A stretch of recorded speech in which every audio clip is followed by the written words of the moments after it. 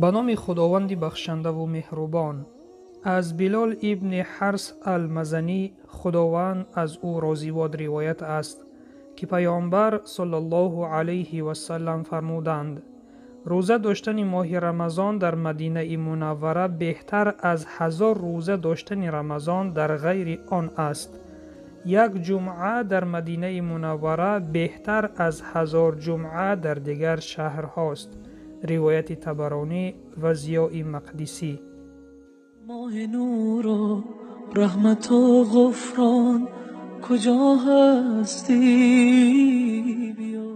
در شریعت اسلام هر یک عمل نیک از 10 تا 700 یا از این زیاد ثواب داشته، وابسته به نیت هر یک ما خداوند به ما ثواب می دهد و در ماه شریف رمضان ثواب عملها بیشتر می شوند و انجام عملی نیک مثل روزه داشتن در مدینه 1000 ثواب دارد.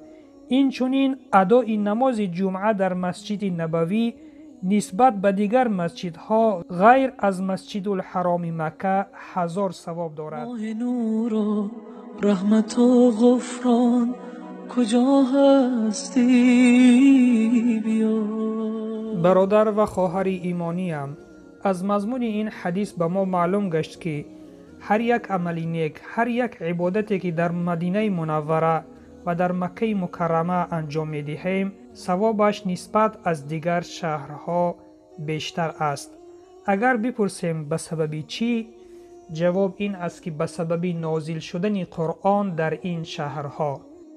قرآن کریم در مکه و مدینه نازل شد، به همین سبب مکه و مدینه یکی از بهترین شهرها گشتند.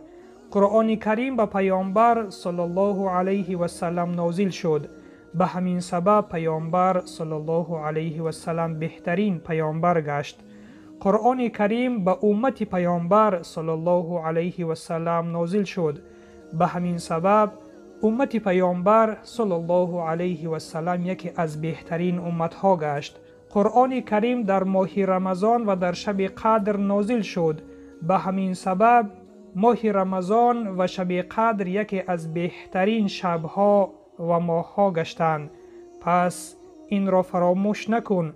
اگر تو چنگ به قرآن بزنی، قرآن خوان بشوی، بدان که یکی از بهترین بندگان میگردی.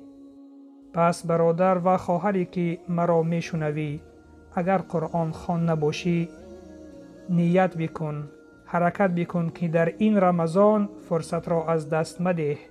قرآن خوانی را شروع کن. آموختن قرآن کاری آسان است اگر تو نیت داشته باشی و حرکت کنی و بدان که خداوند بر تو این را آسان می‌گرداند. و سلام بر آن شخصانی که راهی هدایت را پیش گرفتند.